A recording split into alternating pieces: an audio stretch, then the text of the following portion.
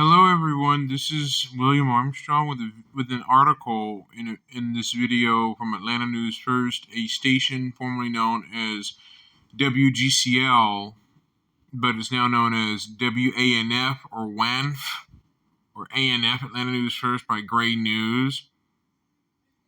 This is about romance scams, and this article is published by Allison Childers and Gray News staff on November 20th at 3:26 p.m. Eastern Standard Time.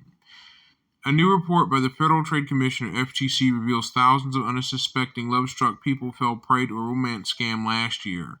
Approximately 70,000 victims collectively lost $1.3 billion, according to the report. The IRS Criminal Investigations Atlanta Shield Office is sharing warnings about the different types of romance scams. Investigating criminals defrauding innocent victims through romance scams is one of the various crimes our special agents investigate. Demetrius Hardman, special agent in charge, IRS Criminal Investigation, said in the report. These scams leave many victims financially devastated and emotionally manipulated. The office says criminals create fake online profiles, usually on social media applications and dating websites, in an attempt to build phony emotional attachments until a potential victim is comfortable sending them money. Many scammers find victims by pulling online public information, which they use to do research. It is important that people are careful of people that they meet through social media sites, Hardman said. Many of these scammers are very patient and will wait weeks or months to gain a victim's trust. Before I continue, note some scammers rapidly cut corners and try to rush it a little too soon. Here are some tips the office says that can help you avoid becoming a victim of romance scams. Never send money to anyone you have only communicated with online or by phone. That's the red flag number one. Red flag number two is be careful what you post and make public online, meaning you got to be careful what you put online and make public. Be careful of that because that can be used against you with scammers. That's another The first red flag is if someone asks you to send them money to a person you have only communicated with online or by phone and never met in person is one red flag. When starting a new relationship, take it slow and ask lots of questions. Another is that sometimes scammers don't like it when you ask them a lot of questions. Some of them don't. Like, some scammers get very angry or very ticked off if you try to ask them a lot of questions. They may start giving bad answers or bad excuses. That's a red flag there. Be alert those who seem too perfect or quickly ask you to leave a dating service or social media site to communicate by other means. Red flag. Beware of those who want to isolate you from your friends and family. Red flag. Don't share inappropriate photos or financial information that could be used to extort you. Red flag for scammers do. The red flags are scammers will ask you for money.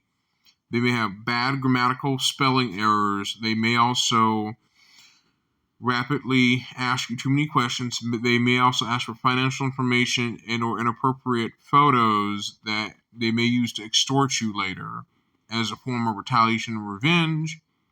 And also be suspicious if the individual promises to meet in person but then never does. It's another red flag.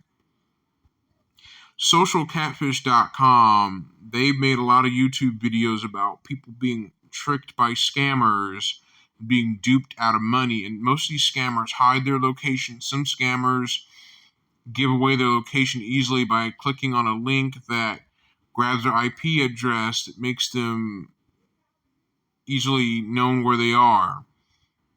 Like, I've tried this with some scammers that try to pull stunts like that on me, and I made some click on a link that reveals where their true location is. Some of them have clicked on it, some haven't. Some of the scammers are very not so intelligent, and some of them are very intelligent to avoid things like that.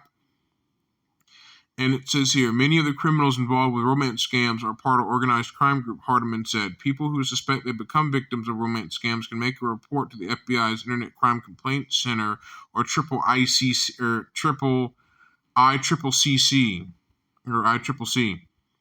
Things like that. Having that said, scammers use social media like Facebook, Instagram.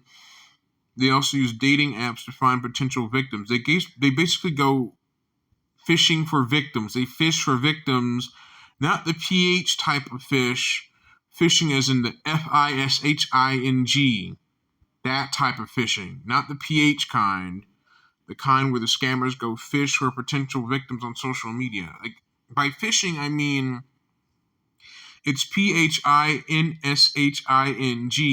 but it's pronounced phishing, where it's not the PH kind, it's the kind where criminals go around collecting log information or pretending to be websites to collect credentials from people.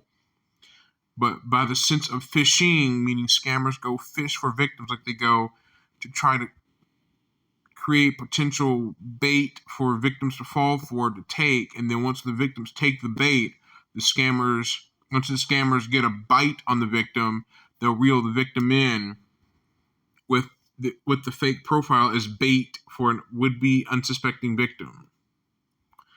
So this is William Armstrong signing out. See you next time. Bye bye, and be careful online.